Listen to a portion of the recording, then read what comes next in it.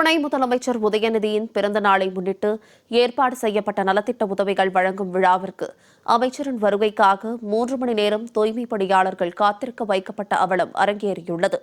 கடைசி வரை அமைச்சரும் வராமல் ஒரு சிலருக்கு மட்டுமே நலத்திட்ட உதவிகளை வழங்கி எம்எல்ஏக்கள் விளம்பரப்படுத்தி சென்றது தூய்மை பணியாளர்களை வேதனையடைய செய்துள்ளது.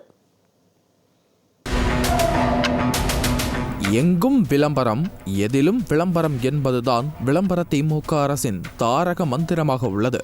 முதலமைச்சர் முதல் திமுக உடன்பிறப்புகள் வரை அனைவருமே விளம்பரத்திற்காகவே அனைத்தையும் செய்வது ஒவ்வொரு நாளும் ஒவ்வொரு சந்தர்ப்பத்திலும் உறுதியாகி வருகிறது. அந்த வகையில் திருவள்ளூரில் ஒரு விளம்பர நாடகம் அரங்கேறி உள்ளது. விளம்பர திமுக அரசின் துணை முதலமைச்சர் உதயநிதி ஸ்டாலின் பிறந்த நாளை முன்னிட்டு திருவள்ளூர் நகராட்சியில் பணியாற்றும் தூய்மை பணியாளர்களுக்கு அறுசுவை உணவு வழங்கும் விழா மற்றும் நலத்திட்ட உதவிகள் வழங்கும் விழா பகல் 12 மணிக்கு நடைபெறும் என அறிவிக்கப்பட்டது. இதில் சிறப்பு விருந்தினராக விளம்பர திமுக அரசின் சிறுபான்மையினர் நலத்துறை அமைச்சர் ஆவடி நாசர் மற்றும் திருவள்ளூர் மேற்கு மாவட்ட செயலாளர் சந்திரன் மற்றும் சட்டமன்ற உறுப்பினர் வி.ஜி. ராஜேந்திரன் ஆகியோர் கலந்து கொண்டு நலத்திட்டங்களை வழங்க உள்ளதாக அறிவிக்கப்பட்டிருந்தது.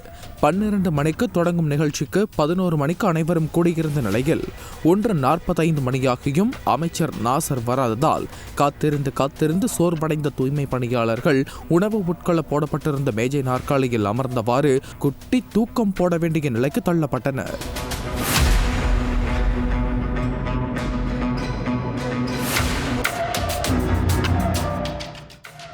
3 மணி நேர தாமதத்திற்கு பின்னர் எம்எல்ஏக்கள் வி.ஜி. ராஜேந்திரன் மற்றும் திருத்தணி சந்திரன் ஆகியோர் மட்டும் வந்து ஒரு சிலருக்கு மட்டுமே நலத்திட்ட உதவிகளை வழங்கினர். பின்னர் பந்திக்கு முந்திக் கொண்டு முதல் ஆளாக அமர்ந்தனர். தொடர்ந்து தூய்மை பணியாளர்களுக்கு அறுசுவை உணவு வழங்குவார்கள் என எதிர்பார்த்த நிலையில் போடப்பட்ட பந்தியில் எம்எல்ஏக்கள் அமர அவர்களுக்கு சிக்கன் பிரியாணி பரிமாறப்பட்டது. ஆனால் 3 மணி நேரம் காத்திருந்த தூய்மை பணியாளர்களுக்கு எம்எல்ஏக்கள் சாப்பிட்டு செல்லும் வரை காத்திருந்த பிறகே உணவு பரிமாறப்பட்டது.